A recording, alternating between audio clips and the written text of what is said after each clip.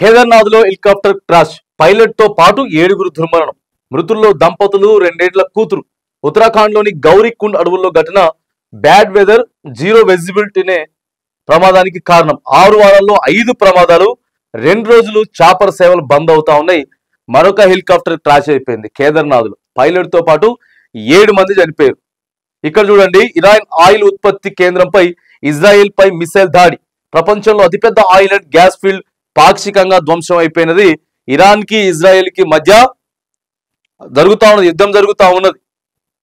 మరి గత కొన్ని రోజుల ముందే, మరొక ముందే మన ఇండియా పాకిస్తాన్ సంబంధించిన విషయం మరొక ముందే మళ్ళీ ఇక్కడ కూడా వాళ్ళకి యుద్ధం జరుగుతా ఉంది. నిన్న ట్రంప్ కూడా భారత్ పాకిస్తాన్ ఎట్లయితే ఒప్పందం చేసుకున్నారో మీరు కూడా అట్లా చేసుకోవాలని చెప్పి నిన్న అమెరికా అధ్యక్షుడు ట్రంప్ మళ్ళీ మధ్యలో దూరి అదొకటి చేసినాడు.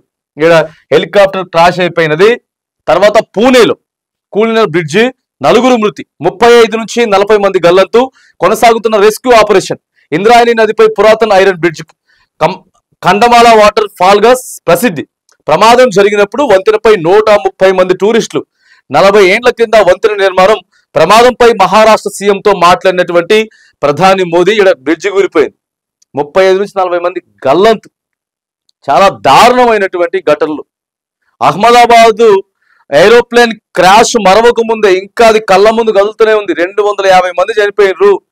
అది వచ్చి ఆ బిల్డింగ్ పైన కూలినది. ట్రైనింగ్ డాక్టర్లు దాదాపుగా 24 మంది చనిపోయినరు. ఇట్లా చాలా విచారమైనటువంటి సంఘటనలు వరుసగా జరుగుతా ఉన్నాయి.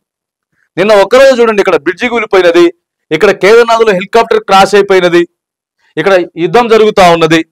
ఇగో ప్రాణాలు తీసినటువంటి కరెంట్ తీగలు. మరొక ఘటన కోరుట్లలో కరెంట్ షాక్ తో 2 మృతి, 8 మందికి గాయాలు, 4గురికి సీరియస్. వినాయక విగ్రహాన్ని ఆరబెట్టేందుకు తీసుకెళ్తుండగా విద్యుత్ వైర్లు తగలడంతో ప్రమాదం. స్థానికుల అప్రమత్తతో తప్పినటువంటి పెను ముప్పు. హైదరాబాద్ లో వైర్లు పడి 2 సజీవ దహనం. మృతులిద్దరు యాచకులు. రోడ్డు ప్రక్కన నిలుస్తుండగా ప్రమాదం. ఇగో కోరుట్లో శ్రీ బాలాజీ విగ్రహాల తయారీకి చేస్తా ఉంటే ఇక్కడ చనిపోయినారు. తర్వాత ఇంకొక ఘటన కూడా జరిగినది. ఇక్కడ దిల్సుఖ్ నగర్ కి సంబంధించిన వాసులు, ఆ తర్వాత బాలనగర్ చింతల్కి సంబంధించిన వాసులు వరుస అన్నదమ్ములు పోయి ఒక విహారయాత్రకు వెళ్ళి అక్కడ స్నానం చేద్దామని చెప్పేసి దిగిర్రు.